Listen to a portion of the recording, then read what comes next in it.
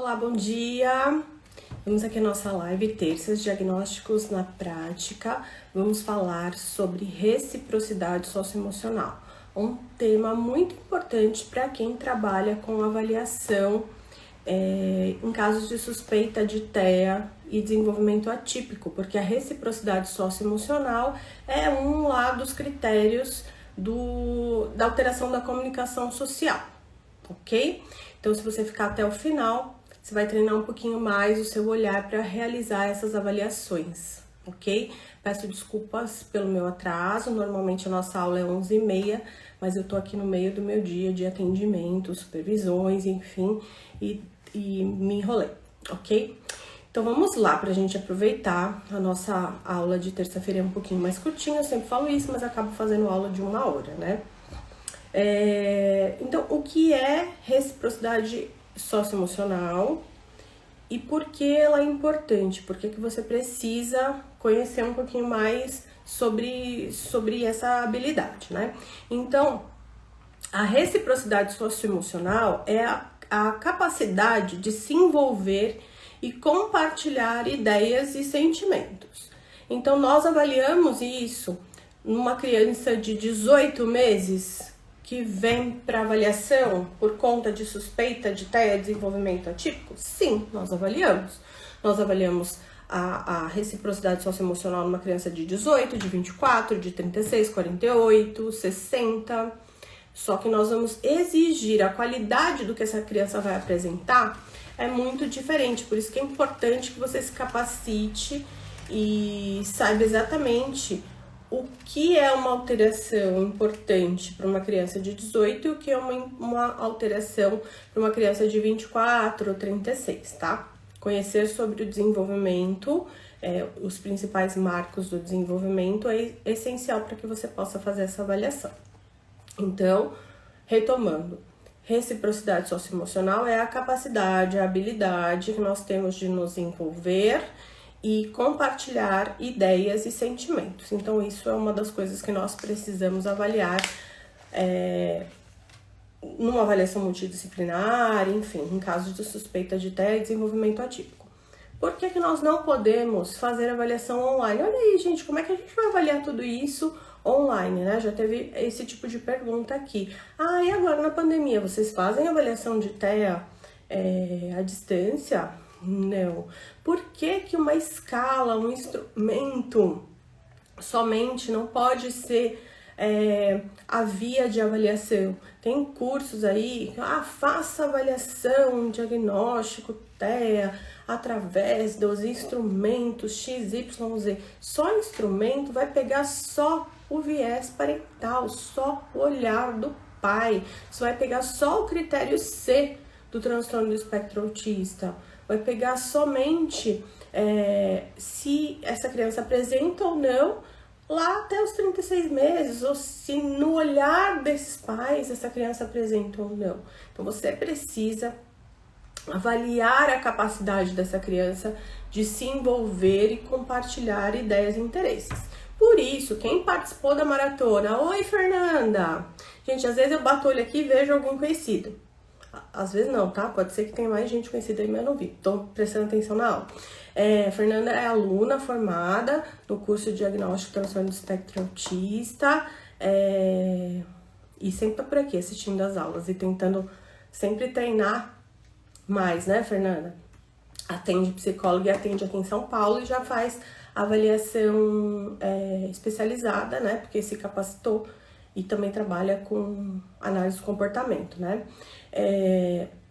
Então, voltando, a gente vai estar com a criança e quem fez a maratona, quem fez o curso, as alunas capacitadas no curso, que estão iniciando agora, começamos a 9ª turma, outras alunas que já fizeram, elas vão planejar, elas aprendem isso lá no curso, elas vão planejar o espaço, os brinquedos, ou o que elas vão fazer nessa hora lúdica, interativa com a criança, sabendo, por exemplo, que elas vão precisar avaliar a capacidade dessa criança de se envolver, de responder as interações, o engajamento, de compartilhar ideias e interesses. Então, o que eu vou fazer com esse brinquedo? Ou por que eu vou levar esse brinquedo? Esse brinquedo aqui pode ser legal porque eu posso apresentar para a criança de uma determinada forma e ver se ela responde, se ela engaja, se ela compartilha, tá? Lembrando que a ideia dessas lives não é passar dica de como fazer, tá? É uma avaliação muito específica, cheia de detalhes. Precisa organizar o espaço, os materiais, precisa ter uma fundamentação teórica bem sólida para a hora de sentar no chão e interagir com a criança, tá?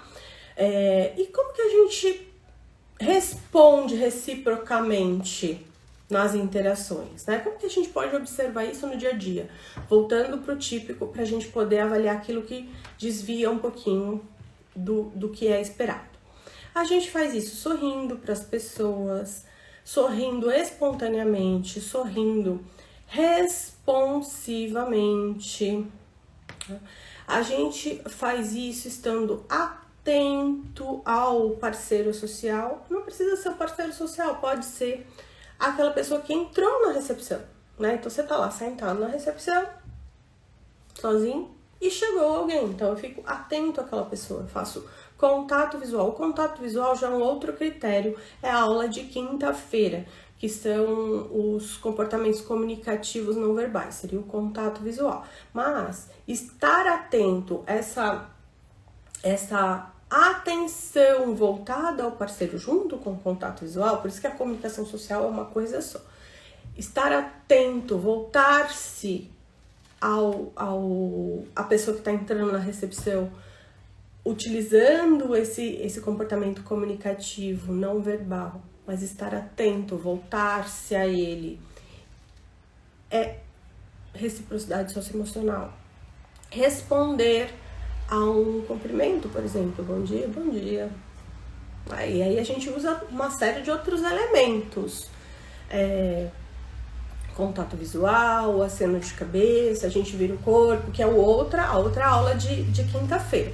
Mas estar atento e responder, é comum às vezes a gente perceber que a pessoa não faz nenhuma expressão. Agora com máscara fica tudo mais difícil, mas a pessoa não faz nenhuma expressão facial, mas ela também não vira o corpo, ela não faz o aceno de cabeça. Tudo isso junto com a disposição para esse engajamento. E é tudo junto que vai fazer com que a gente diferencie uma pessoa tímida de uma pessoa com um déficit na reciprocidade socioemocional. Por quê? É o comportamento comunicativo não verbal, junto com a dificuldade de manter, desenvolver as relações. São todos os critérios da comunicação social, junto com os critérios B, com o critério B, que vai colocar a pessoa dentro do espectro. Então,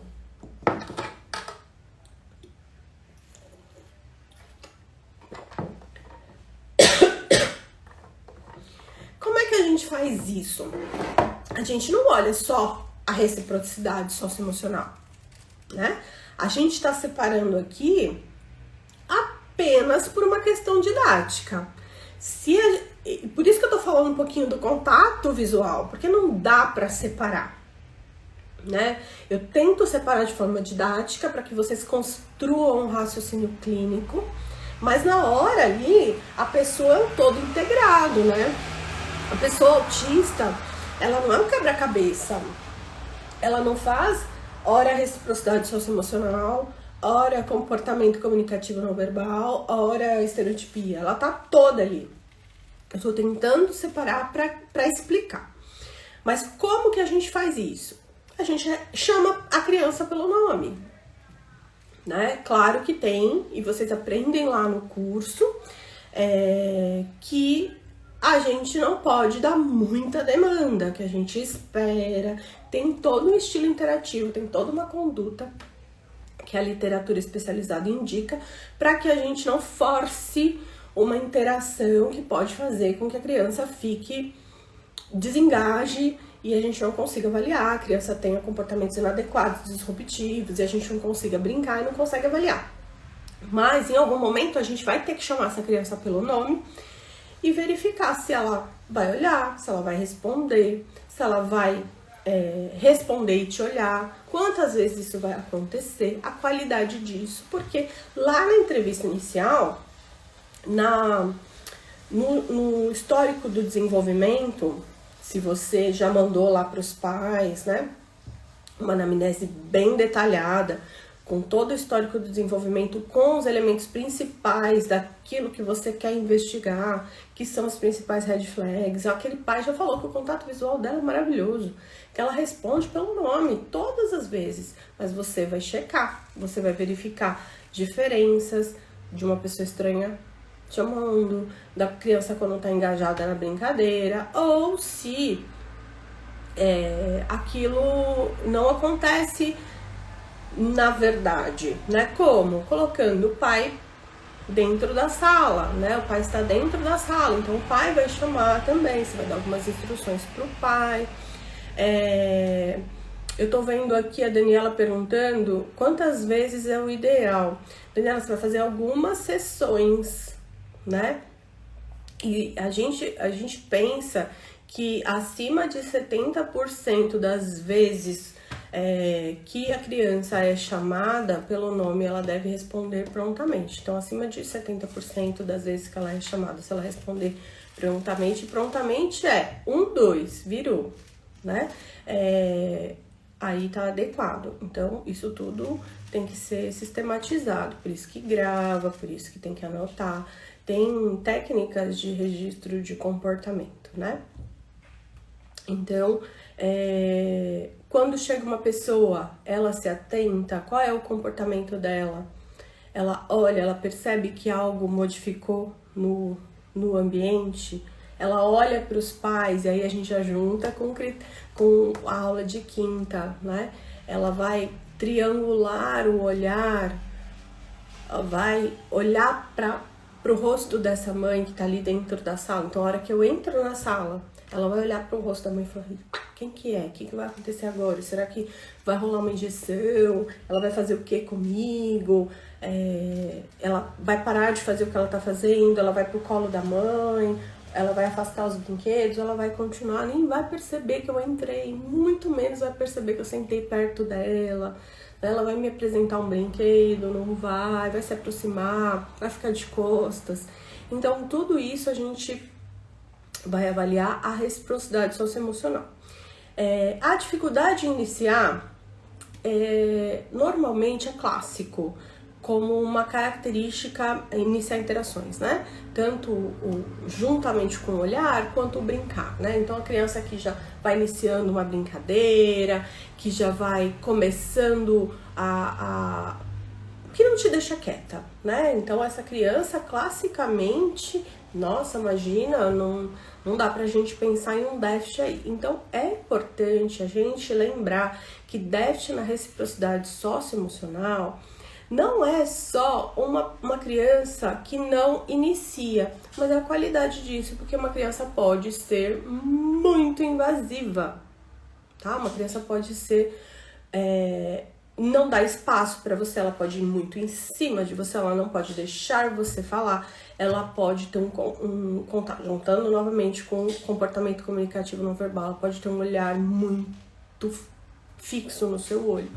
Ela pode, você mal entrou na recepção, por exemplo, ela já pode te perguntar qual o seu nome, o que é isso que você tá na mão, e não deixa mal você ir lá pegar a chave da sua sala e beber água, né? Então, essa interação, ela também pode ser muito invasiva, não percebendo as suas necessidades, não percebendo que você ainda tá cheio de mala, que você ainda não pegou a chave da sua sala, que você ainda tá atrapalhada, que não dá para conversar agora, tá?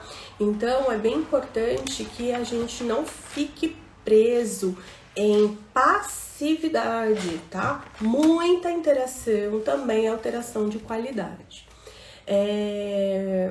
Aquela criança que fala oi, que fala bom dia, que pergunta o nome, que pergunta um monte de coisa, também pode ter uma alteração de reciprocidade socioemocional, claro, né? Não tá percebendo o que você quer falar, se você quer falar, né? Então, isso é uma coisa a ser verificada. É bem importante diferenciar de crianças tímidas, tá? Crianças tímidas talvez seja a principal justificativa de pais, né? Ou até de outros profissionais que não são tão experientes. E quando eu digo experientes, eu tô dizendo não de leitura. Tem uma coisa no transtorno do espectro autista que é o sentar no chão, que é conhecer muitas crianças. O espectro se apresenta de forma tão diferente em cada uma das crianças que experiência é muito mais estar com elas, estar com muitas delas, do que ler muito, né? Então, isso é uma coisa que é só o atender, o conhecer, o estar perto, o assistir vídeos, o estar dentro de uma equipe, o ouvir histórias, o fazer supervisão. E por isso que eu acho muito importante o curso que a gente tem aqui, que é um curso que a gente fala de casos, que a gente traz histórias, que a gente traz casos, porque isso favorece aquele profissional que não teve a oportunidade de estar com muitas crianças. E essas aulas, né? Essas aulas são de dentro do curso, as alunas não têm a obrigação de estar aqui de terça e quinta, mas são aulas para dentro do curso. Para que vocês possam ir calibrando o olhar para isso. A diferença de criança tímida para uma criança com um déficit na reciprocidade socioemocional para quem tem expertise é bem fácil de observar, né? Porque a criança vai te perceber e ela vai emitir vários comportamentos de te notar e de checar o ambiente, de buscar o genitor para indicar que te viu e que tá com medo, que não tá entendendo o que tá acontecendo. Ela vai emitir muito comportamento não verbal, dizendo que ela está com receio, né? Então ela vai baixar a cabeça, ela vai para trás da perna da mãe, mas ela vai ficar te vigiando com o olhar, vai se esconder, vai aparecer. E isso, gente, a não ser que a criança tenha uma questão muito séria, né, de ansiedade, de separação, enfim, algumas dificuldades ansiosas aí maiores, essa criança, com 5, 10 minutinhos ali, menos até, ela vai estar brincando com você, né? Checou o ambiente, checou ali no rosto da mãe que tá tudo bem, você iniciou uma brincadeira ali, a criança costuma se soltar.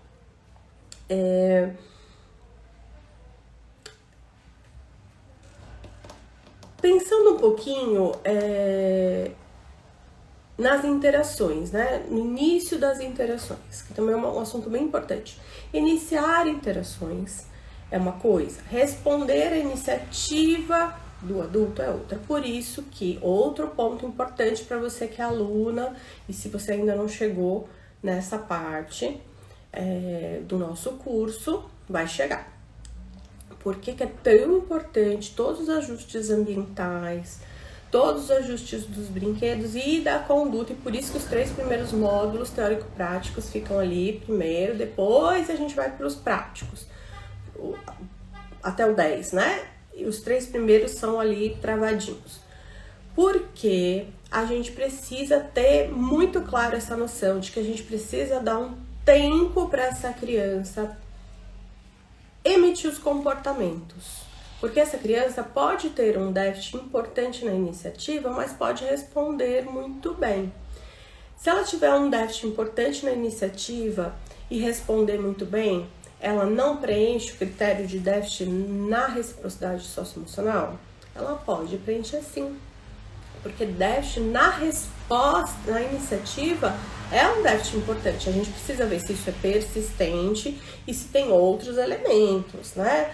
Resposta ao nome, adequação ao contexto, enfim, são vários elementos aqui, né? Mas se ela só responde, ela nunca inicia, e a gente vai avaliar isso com você, avaliador, desconhecido, com os pais, com outros adultos, né? Isso através do relato dos pais, mas também a gente vai avaliar com par desconhecido, a gente vai pedir vídeos para essa família, de festas, de interação dessa criança com outras crianças, tanto vídeos caseiros que essa família já tenha, quanto vídeos estruturados. Então, tem avaliações aqui que a gente pede assim, mãe, vamos filmar essa criança brincando esse final de semana com um vizinho.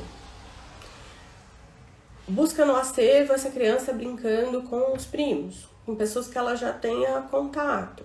A gente proporciona aqui elementos de brincadeira com par dentro do consultório, com outras crianças que já sejam pacientes aqui. Aí a gente coloca a interação para avaliar. Então, a criança tem déficit na iniciativa, mas como que ela responde? Ela responde melhor com uma pessoa conhecida? Como que ela responde a um desconhecido? Então, tudo isso é minuciosamente avaliado. Partilha de interesse. Quem trabalha com TEA, estuda TEA e nunca ouviu falar sobre atenção compartilhada,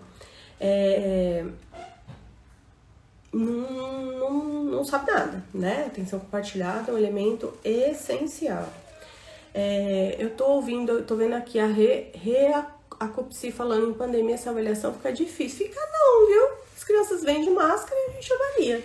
Durante toda a pandemia a gente tá aqui aberto e tá fazendo. Pedir pro vizinho ir brincar, sim, né? Mas assim, as crianças estão tendo contato com os primos e tá tudo certo. Aqui no consultório, os pais, a gente pede autorização, né? As crianças ainda têm o atendimento normal, né? Individual, não tem atendimento de grupo, mas tem muita criança que já desenvolveu imunidade. Tem crianças que estão indo às escolas, né? Que os pais estão tranquilos com relação a isso. Então, os pais que estão tranquilos de crianças que estão indo às escolas, pais que já estão imunes, que não têm contato com idosos, tranquilamente. A gente está fazendo avaliação de par tranquilamente, tá? Deixa eu ver outra coisa aqui. As crianças vêm de máscara, faz a higiene das rotinas, ok. Deixa eu ver aqui se tem outra pergunta. A psicopedagoga, o ideal é que a criança não se perceba sendo filmada. Olha, lá no curso a gente ensina quais são os recursos que a gente utiliza aqui. Questão ética, os pais assinam, tá? A gente não faz com criança acima de 6, 7 anos, a gente não filma. A gente considera acima de 7, 8 anos, crianças maiores. Esse curso que eu tô falando é para criança até 60 meses, tá? Então, 12, 18, até 60 meses. É um procedimento, avaliação lúdica do brincar. Essas crianças, às vezes, têm muito interesse por celular, por telas, então a gente adota um procedimento, tem uma aula específica, um módulo específico só sobre a gravação, como é que a gente faz, para não usar a câmera, para não ficar com vídeos carregados, para compartilhar entre equipe, para todo mundo fazer o comentário, sem demorar muito. Quem trabalha com isso sabe, subir um vídeo, maluquice. Como a gente ensina como organizar a equipe, os formulários e tudo mais, a gente tem aula só sobre isso lá. Então, e os pais, e a gente também fornece o modelo da autorização, tá? Porque os pais também são filmados. Isso já é informado para os pais no momento que eles contratam a avaliação. Então, eles já sabem todo o procedimento da avaliação, inclusive que é filmado. E toda a equipe compartilha, tá? Eu assisto da Fona, a Fona assiste a minha, enfim. Outra informação... Agora eu me perdi, peraí. Qual que era a outra pergunta? Se ela não se percebe, né? O ideal é que ela não se perceba sendo filmada. Acima de 6, 7 anos, a gente considera crianças maiores, adolescentes e adultos. Outro procedimento, a gente não filma. A gente também não usa brinquedos, não costuma usar, a não ser que a criança ainda brinque muito, mas não é comum. E, inclusive, o curso é outro. As alunas desse curso, que é o que a gente abriu vaga agora, Algumas alunas, né, quem se inscreveu no primeiro dia ganhou o curso avançado, que é o de adolescentes e adultos. Eu incluo também aí crianças maiores, porque é outro manejo, outra forma, e a gente não grava. Porque, em geral, essas crianças têm mais entendimento, influencia mais no comportamento, então a gente não grava, não. Esse curso, só dando uma informação aqui, esse curso ele não é aberto em geral, tá? Ele só é aberto para as alunas que se capacitaram no nosso curso inicial, porque a gente entende ele como um módulo avançado do primeiro. Quem comprar esse curso direto vai sentir um pouco de dificuldade, juntando aqui com o que o Dr. Daniel falou aqui na live sobre avaliação de adultos. Ele é psiquiatra infantil e ele avalia casos de autismo em adolescentes e adultos. Por quê? Porque o transtorno é um transtorno do neurodesenvolvimento infantil, mas essas crianças crescem, né? Então, para que você possa avaliar adolescentes e adultos, é essencial que você compreenda tudo sobre o autismo na infância, inclusive sobre a avaliação. Então, eu não recomendo que se você não fez o curso inicial, você vá direto para outro curso, porque vai ficar a sensação de que tá faltando algo, e tá faltando algo bem importante, tá? Então, respondendo a sua pergunta, a psicopedagogia humanizada, o ideal é que a criança não se perceba sendo filmada. Não é por conta de questões, estou sendo filmada, questões éticas ou coisas parecidas, tá? Porque a questão ética envolvida aí a gente já resolveu com a mãe. A criança, em geral, são crianças tão verbais, não trazem conteúdos, tô brava com a minha mãe, tô brava com meu pai, né? Esse tipo de avaliação não envolve, em geral, fala sobre emoções, é observação do comportamento. Então, a gente precisa de um termo, sim, obviamente. Os pais estão cientes também, porque tem gravação deles, né, áudio deles, vai foto no laudo, a gente filma, então, por exemplo, a criança está andando na ponta do pé, a gente tira print, coloca no laudo, enfim. Então, não é por conta disso, mas é para que a criança não disperse. Então, a gente cuida do ambiente, a gente cuida dos brinquedos, a sala tem que ser uma sala específica, que não tem elementos distratores.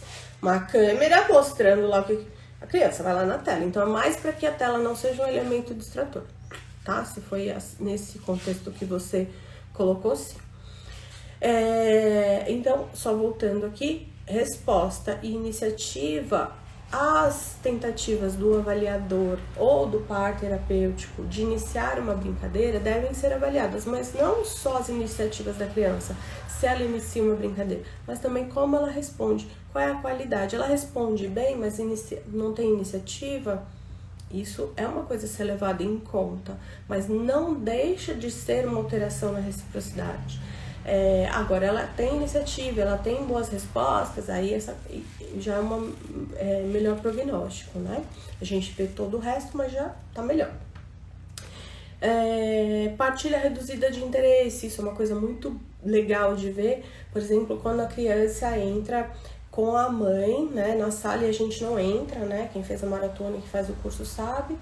E a gente pode observar a criança entrando, vendo os brinquedos, a mãe senta, a gente dá instruções para a mãe e a gente pode ver se a criança pega o brinquedo, leva até a mãe, se ela faz contato visual, a mãe tá com instruções de não interagir muito, quanto que essa criança vai investir em brincar com essa mãe, ela vai achar estranho aquela mãe não respondendo tanto, enfim, é bem legal de observar. E depois a gente vai avaliar isso com a gente, se ela mostra, se ela olha para você, olha para o brinquedo, e todas as outras coisas do checklist que a gente tem que observar. Se há linguagem, né, se a criança é verbal, a gente vai avaliar se essa fala é unilateral, se ela troca turnos, se ela faz perguntas, né? A qualidade disso. E sempre importante, que eu sempre digo aqui, as avaliações aqui a gente faz junto com a fono, mas eu também vou avaliar isso na minha interação ali. se ela faz comentários, né? Se ela faz comentários sobre a minha sala, sobre o meu brinquedo. Eu também tenho um brinquedo desse, a minha amiga tem um desse, eu queria um desse, eu vi um desse na televisão, enfim. Em adultos, os déficits da reciprocidade socioemocional aparecem de forma diferente, né? Que não vai dar pra gente falar que eu falei na live sobre adultos, mas quem sabe um dia eu faço uma outra live só falando sobre os déficits da reciprocidade socioemocional em adolescentes, adultos ou crianças maiores.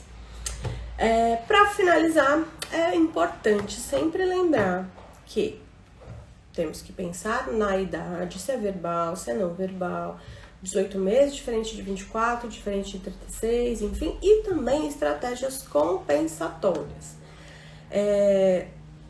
Já fez terapia, fez intervenção precoce antes do diagnóstico, né? Então, assim, às vezes a gente vai avaliar uma criança e ela apresenta, sei lá, déficits comunicativos bem importantes, né? Não verbais. Também dificuldade de entender, manter, desenvolver as relações. São os outros 2 critérios da comunicação social. Mas esse critério, a reciprocidade socioemocional, tá bom, mas não todos os elementos, mas tem alguns que estão lá em cima. E a gente vai ver a criança fez 1 ano de intervenção e ela treinou muito. A gente vai ver o relatório, a gente vê que naquele relatório ela treinou muito, de repente, brincadeira simbólica e troca de turno. A gente vê que aquilo, por isso são tão importantes os relatórios, aquilo que foi dado muita ênfase na intervenção é exatamente a habilidade que subiu aqui. Mas não casa, né? As outras coisas não subiram junto, a criança apresenta déficits, mas algumas coisas elevadas. É claro, a gente precisa avaliar o todo. Eu não gosto muito de dar essas aulas partidas, né? Assim, falar só de reciprocidade socioemocional, senão pode gerar um pouco de mito ou de confusão para fazer o diagnóstico, mas não dá pra gente falar aqui em 1 hora, 40 minutos, todos os critérios.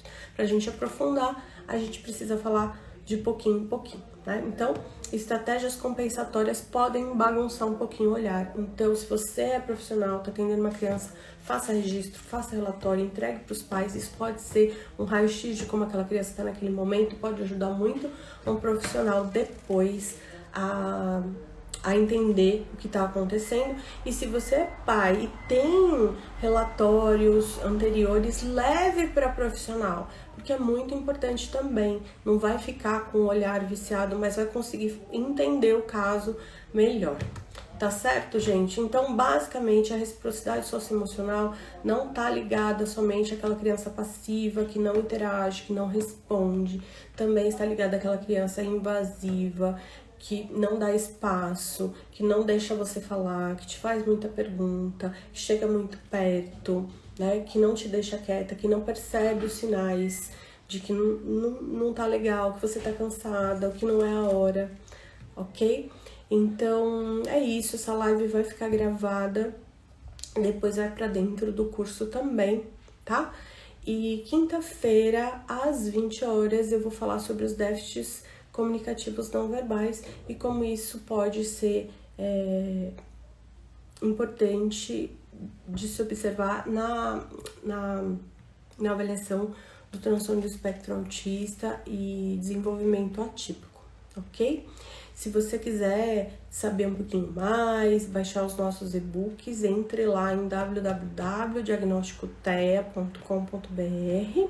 Entre para o nosso grupo VIP do Telegram, também está lá disponível nesse site, que você recebe os temas das aulas e várias outras informações aqui em primeira mão, tá bom?